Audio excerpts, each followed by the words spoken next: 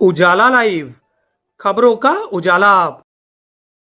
Channel को like और subscribe करें और हमारी सारी महत्वपूर्ण खबरों को अपने मोबाइल पर पाएं।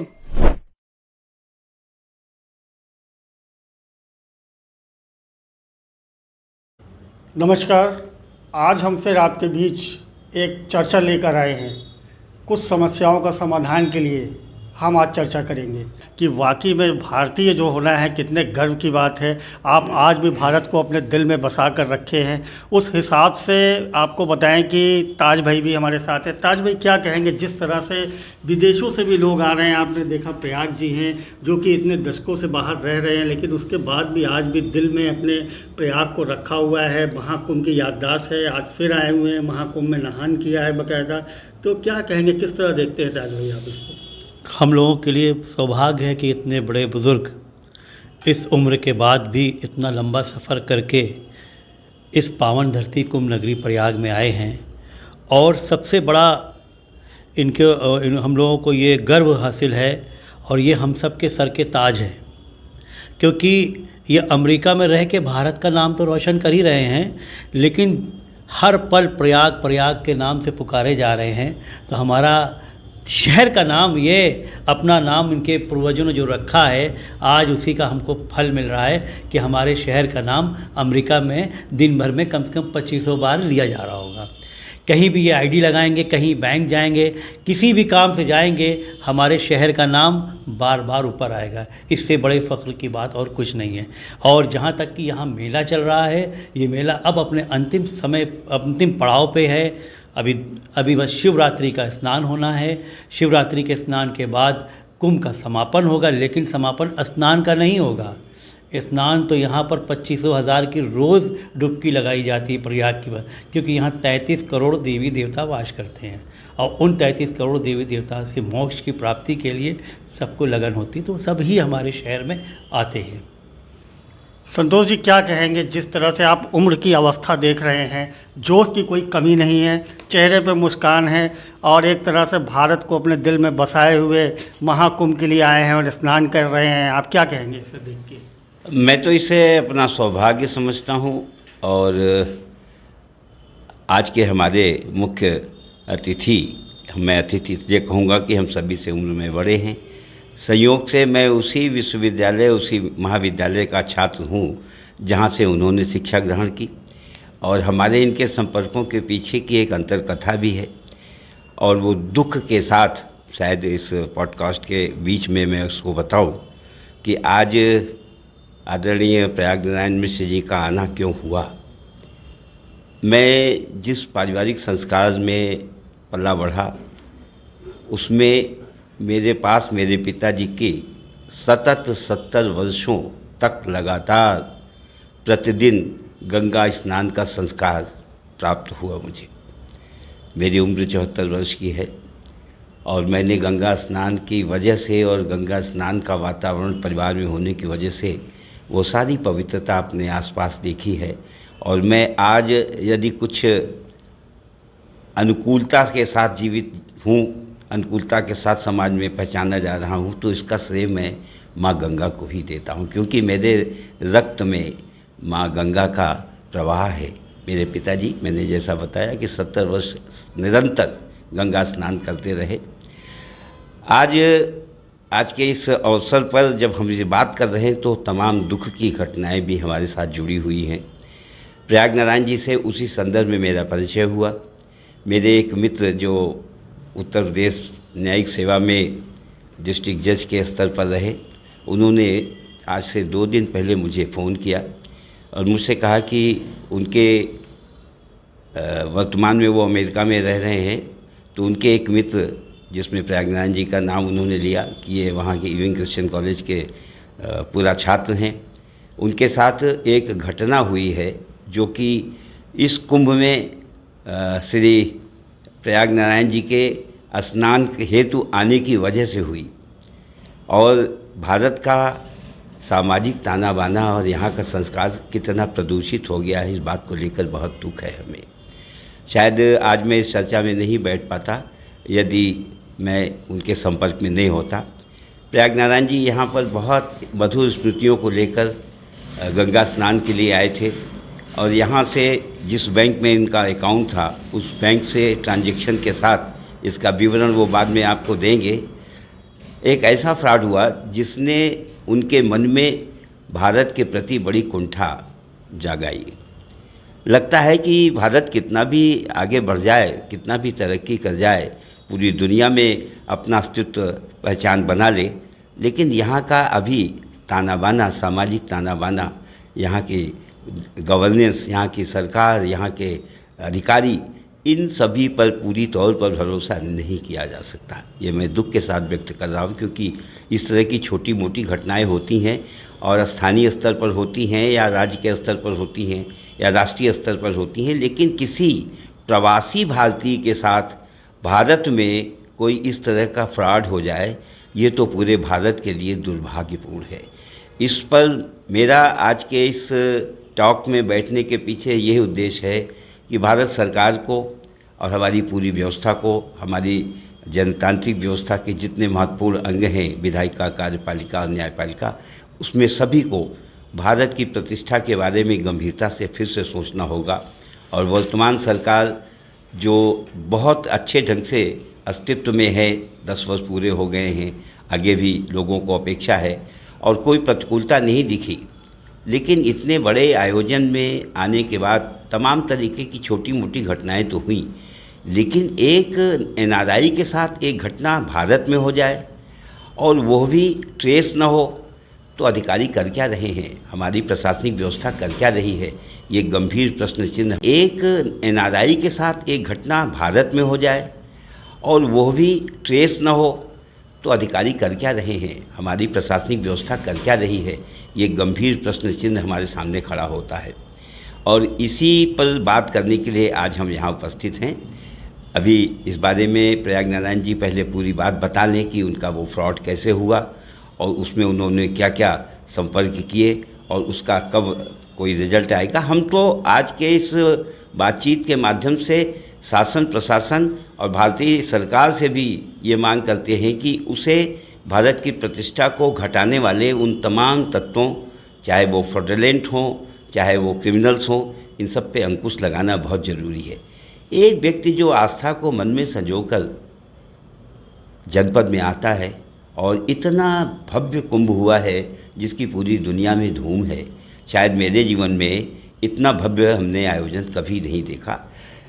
एक मेरी अभी बातचीत कहीं हो रही थी तो मैंने स्पष्ट रूप से कहा कि भारत की जितनी जनसंख्या है उसका 51% से ज़्यादा लोग तो गंगा में स्नान कर चुका है, तो अब इस राजनीतिक दल को चैलेंजर कोई नहीं रहा। इतने लोग जहाँ स्नान करने के लिए आए तो वो कंपनी में अपना मतदान तो करेंगे। तो इतनी सशक्त सरकार, हमें गर्व है कि हमारे देश के प्रधानमंत्री नरेंद्र मोदी जी ने अभी तक हम सबके मन में किसी तरह का शासन सत्ता के प्रति और उनकी सरकार के प्रति कोई वितृष्णा नहीं उत्पन्न की। मैं उनसे आज के इस बातचीत के माध्यम से अनुरोध भी करूंगा कि प्रयाग नारायण जी को उनकी जो शिकायत है और उनका जो उनके साथ फ्रॉड हुआ है उसको जल्द से जल्द प्रशासनिक अधिकारियों के माध्यम से उसको हल करने की कोशिश करें, ताकि इस पवित्र पावन अवसर पर इस तरह की घटनाओं पर अगर कहीं हुई भी हैं तो लोगों को सुकून मिले और ये लगे कि देश का शासन, प्रशासन और धार्मिक व्यवस्था जिसकी कल्पना हम करते हैं और जिस कल्पना की वजह से ही आज का इतना महत्वपूर्ण आयोजन कुंभ का हो सका है, उस पर कोई धब्बा न लगने पाए। जी निश्चित संतोष जी, हम तो आए हरि भजन को पर ओटन लगे कपास। ये जो चरितार्थ है, मतलब पूरी तरह से प्रयाग नारायण जी एक तरह से हरि भजन के लिए आए थे, महाकुंभ में आए थे, स्नान करने आए थे। मुझे इस भावना से आप भारत से विदा करें हंसते हुए। मैं लोगों को अपना मुंह वहाँ दिखाना चाहता हूँ। लोग मुझसे पूछ सकते हैं कि क्या हुआ भारत में, मैं उसका पॉजिटिव जवाब देना चाहता हूँ। जो हुआ होने दो, लेकिन इसका निराकरण उत्तर प्रदेश की सरकार ने, भारतीय सरकार ने मेरे पक्ष में किया है। और ये जो कमीने साइबर क्रिमिनल हैं, इनको इन लोगों ने जल्द से जल्द समय में पकड़ लिया है। इसके अतिरिक्त मैं और क्या कह सकता हूँ। मेरी हंसी आप देखिएगा, मेरी कार्यशैली आप देखिएगा, आप विश्वास नहीं करेंगे कि इस 46 साल के 86 साल के युवक से आप बात कर रहे हैं। आप मेरे साथ आइए, मैं कुश्ती तो नहीं लड़ सकता आपके साथ, लेकिन कदम से कदम मिला करके चल सकता हूँ। अंत में मैंने ये सब क्रीडेंशियल हासिल किए हैं। मध्यम परिवार में प्रयागराज दारागंज में मेरा जन्म हुआ, जहाँ निराला निवास है। यहाँ ईसीसी में पढ़ने के बाद 5 वर्ष के बाद मैं अपनी मेहनत से भारतीय प्रयुक्त विद्या प्रतिष्ठान IIT खड़गपुर में मेरा निर्वाचन हुआ। 5 साल में मैंने शिप बिल्डिंग नेवल आर्किटेक्चर की उपाधि ऑनर्स के साथ ली। 3 साल हिंदुस्तान शिपयार्ड विशाखापट्टनम में काम किया। 4 महीने directorate of marine engineering training में मैंने पढ़ाई की प्रोफेसर के रूप में। और फिर मैं युगोस्लाविया ज़ाग्रेब चला गया 1966 में, जहां मैंने मेहनत करके 5.5 साल में डॉक्टरेट हासिल की। अपने पब्लिकेशन को सबसे प्रशंसनीय जर्नल ऑफ शिप रिसर्च में प्रकाशित करवाया। उसके बाद जर्मनी में मैंने काम किया, नॉर्वे में काम किया, और पिछले 43 वर्षों से मैं अमेरिका में प्रवासी भारतीय के रूप में रह रहा हूँ। एक चीज़ का और उल्लेख मैं संक्षेप में करूँगा। रहा तो मैं भारत से बाहर प्रवास में हूँ, लेकिन समय समय पर मुझे मंत्री गण मिला किया करते थे। मंत्री में राज बहादुर जी, जो कि ट्रांसपोर्ट एंड शिपिंग मिनिस्टर थे 1972 में, उन्होंने मुझसे कहा, उनकी श्रीमती जी ने कहा, मिश्रा जी, लोग तो 7 घाटों का पानी पीते हैं, आप तो 7 समुद्रों का पानी पिए हैं, आप कुछ देश की सहायता कीजिए। मैंने उनको 5 बातें लिख के भेजी। 1972 दिसंबर में पहला सुझाव दिया कि भारत में खुद की शिप डिज़ाइन की कोई संस्था नहीं है। विश्वास कीजिए, 4 महीने के अंदर पुणे में इंडियन शिप डिज़ाइन सेंटर की स्थापना हुई। उसका श्रेय मुझे है और उसका श्रेय राज बहादुर जी को है, जिन्होंने मेरी बात सुनी। 1972 की ही बात है। माझगांव डॉकयार्ड में नेवी के जहाज़ बनते हैं। उस समय उन्होंने एक प्रोपेलर की फैक्ट्री लगाई थी। प्रोपेलर के क्या स्पेसिफिकेशन होने चाहिए, कैसे प्रोपेलर बनाना चाहिए, इसकी जानकारी के लिए माझगांव डॉकयार्ड के अधिकारियों ने सारे भारत में विशेषज्ञों से पूछा, पत्र डाल करके, पत्र लिख करके। IIT Kharagpur naval architecture ship building department का उत्तर आया, हमें कोई जानकारी नहीं है क्या स्पेसिफिकेशन होने चाहिए। चूँकि नेवल अटैची बर्लिन जर्मनी में जो थे, उनका नाम था कमोडोर डांगे, वो मुझे राज बहादुर जी के साथ, माननीय राज बहादुर के साथ हैम्बुर्ग में मिल चुके थे। उन्होंने दिसंबर 1972 में मुझे पत्र लिखा कि डॉक्टर मिश्रा, क्या आप स्पेसिफिकेशन के बारे में हमारी कोई सहायता कर सकते हैं। मैंने उनको डिप्लोमेटिक बैग से, भारतीय कौंसलावास से स्पेसिफिकेशन की कॉपी भेजी, जो कि डिप्लोमेटिक बैग से भारत आई माझगांव डॉकयार्ड के पास। मैं साधारण नागरिक की तरह कोई पत्र में ये चीज़ें साधारण डॉक से नहीं भेज सकता, वरना मुझे जर्मनी से निष्कासित कर दिया जाता। तो मैं बहुत समझदार हूँ, मैं नेहरू की नगरी का हूँ, और यहाँ पर शंकराचार्य आए थे, उनका संगम में विवाद हुआ था मंडन मिश्र से। तो इतनी बुद्धि इलाहाबाद हाई कोर्ट के लोगों ने मुझे दी है कि कोई भी काम करो तो सतर्क होकर के करो। तो ये मेरी देन है। 1972 से लेकर आज तक नौसेना विभाग ने 1 पैसे का खर्च किसी भी कंसल्टेंट को किसी भी फीस के तौर पर नहीं दिया है। और ये प्रोपेलर फैक्ट्री मुंबई की, इसके स्पेसिफिकेशन भेजने का श्रेय मुझे है। ये श्रेय मेरे देश को है कि मेरे देश ने मुझे ये मौका दिया। इस तरह की चीज़ें मैंने समय समय पर भारतीय सरकार को दी। एक और चीज़ की चर्चा करके मैं ये वापस चर्चा में और लोगों से फिर जुड़ जाना चाहूँगा। भारत में इतने जहाज़ बनते हैं पानी के, हमारी एक भी संस्था नहीं थी जो कि जहाज़ों का वर्गीकरण करे और उनकी की क्वालिटी कंट्रोल करे। जैसे कि कुछ संस्थाएं हैं विश्व की, अमेरिकन ब्यूरो ऑफ शिपिंग, एक और संस्था है नॉर्वेजियन लॉयड डे नोर्स्के वेरिटास, एक और संस्था है ब्रिटिश लॉयड। ये बहुत पुरानी संस्थाएं हैं। ये वर्गीकरण करती हैं, जहाज़ों का निरीक्षण करती हैं, सर्वेयर होते हैं। उसके बाद जब ये संस्थाएं पारित करती हैं तभी वो जहाज़ समुद्र में जा सकता है। चूँकि मैं इस शिप बिल्डिंग से जुड़ा हुआ था, मैंने माननीय मंत्री राज बहादुर जी को कहा था कि एक ऐसी भी संस्था भारत में होनी चाहिए। उस समय 188 लोग विदेशी संस्थाओं में काम कर रहे थे। मैंने इसका आंकड़ा उनको दिया। बहुगुणा जी 1977 में नॉर्वे आए, उनसे मैंने निवेदन किया। उस समय वो तत्कालीन शिपिंग मिनिस्टर थे, ट्रांसपोर्टेशन मिनिस्टर थे, ऑयल एंड गैस के मिनिस्टर थे। मैंने उनसे निवेदन किया कि ये संस्था बननी चाहिए और 1977 में इंडियन रजिस्टर ऑफ शिपिंग बनी। उन 3 प्रधान विश्व की सर्वोत्तम संस्थाओं के मिलन से, यहाँ भी संगम है ब्रिटिश लॉयड का, नॉर्वेजियन लॉयड का जो कि 300 साल पुरानी संस्था है, अमेरिकन ब्यूरो ऑफ शिपिंग जो कि 150 साल पुरानी संस्था है। तो ये संगम मुझे वहाँ भी दिख रहा है। और ये इंडियन रजिस्टर ऑफ शिपिंग, ये मेरी पुत्री कह लीजिए, कुछ भी कह लीजिए, ये मेरी भारत सरकार को देन है। तो मैं अपने को बड़ा नहीं कहना चाहता, अपने को बस ये कहना चाहता हूँ कि मैं सेवक हूँ आपका। आपने मुझे बोलने का मौका दिया, ये मेरा परम सौभाग्य है। इसके लिए मैं आपका हार्दिक आभारी हूँ। मैं हर भारतवासी का हार्दिक आभारी हूँ।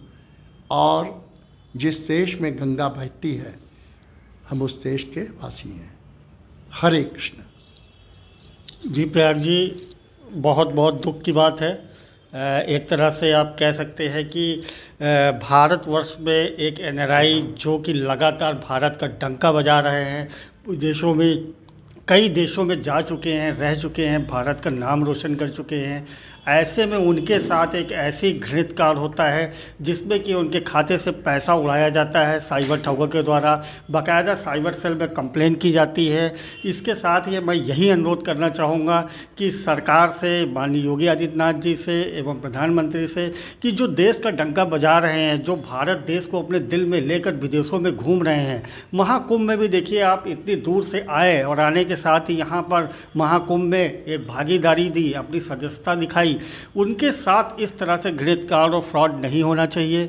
अगर इनके साथ इस तरह का फ्रॉड जो हुआ है उस पर उचित कार्रवाई होनी चाहिए। साथ ही साथ साइबर सेल के द्वारा, या अगर साइबर सेल के द्वारा या फिर जो उच्च अधिकारी हैं, इसको संज्ञान में लें। संज्ञान में लेने के साथ ही तुरंत कार्रवाई करते हुए जो इनके बुढ़ापे की कमाई है, जिस तरह से प्रयाग जी ने बताया कि एक तरह से बुढ़ापे की कमाई है, जो कि पूरा जीवन अपना उन्होंने देश के लिए समर्पित किया, देश के बारे में ही सोचते रहे, विदेश में रहकर भी देश का ही मान बढ़ाते रहे। अगर उनके साथ देश में आने पर, अपने देश, अपने प्रयागराज में आने पर इस तरह से उनके साथ फ्रॉड होगा तो वाकई में ये बहुत ही दुख की बात है, निंदनीय बात है, हम लोगों के लिए शर्म की बात है। तो मेरा आप सबसे अनुरोध है, एवं सरकार से अनुरोध है, प्रशासनिक अधिकारियों से अनुरोध है, साइबर सेल से अनुरोध है, उचित कार्रवाई करते हुए इनका धन वापस दिलाया जाए। साथ ही साथ जो साइबर सेल के ठग हैं उनके साथ भी ऐसा कार्य किया जाए, उनके साथ ऐसे जो है कठोर कारावास दिया जाए जिससे दोबारा कभी वो ऐसी हिम्मत ना कर सके, ऐसे सीनियर सिटीजन को परेशान ना कर सके। अब आने वाले समय में देखना होगा कि सरकार किस तरह से कार्रवाई करती है, प्रयाग जी का जो धन है वो वापस कैसे मिलता है, और क्या वाकई में जो साइबर ठग हैं उनके ऊपर कार्रवाई होती है कि नहीं। फिलहाल मैं प्रयाग जी आपको आश्वासन दिलाता हूं कि निश्चित रूप से हमारी सरकार सक्षम है, हमारा साइबर सेल सक्षम है। अमेरिका होगा, बहुत बड़ा होगा, लेकिन हमारा देश भी सक्षम है। इस तरह की जो घृणित कार्य होते हैं उस पर कार्रवाई होती है, सरकार उचित कार्रवाई करती है। हमारे योगी जी बहुत सख्त हैं इसके लेकर, वो उचित कार्रवाई करते हैं, निश्चित ही उचित कार्रवाई होगी और आपके साथ न्याय होगा। आप प्रसन्नचित्त मन से यहाँ से वापस जाएंगे और जो अपने दिल में एक छाप है भारत की, वो छाप आपकी बनी रहेगी। इसी के साथ मैं आज की चर्चा यहीं समाप्त करता हूँ। ताज भाई, आपका भी बहुत बहुत धन्यवाद। संतोष जी, आपका भी बहुत बहुत धन्यवाद। आपका भी बहुत बहुत धन्यवाद और आभार प्रयाग जी। आपका बहुत बहुत आभार। उसके साथ साथ हमारे परम मित्र आलोक मालवीय जी का हार्दिक आभार। हम तो एक परिवार यहाँ महसूस कर रहे हैं आपस में। आप सब मेरे हृदय में हैं, आगे भी रहेंगे। हरे कृष्ण।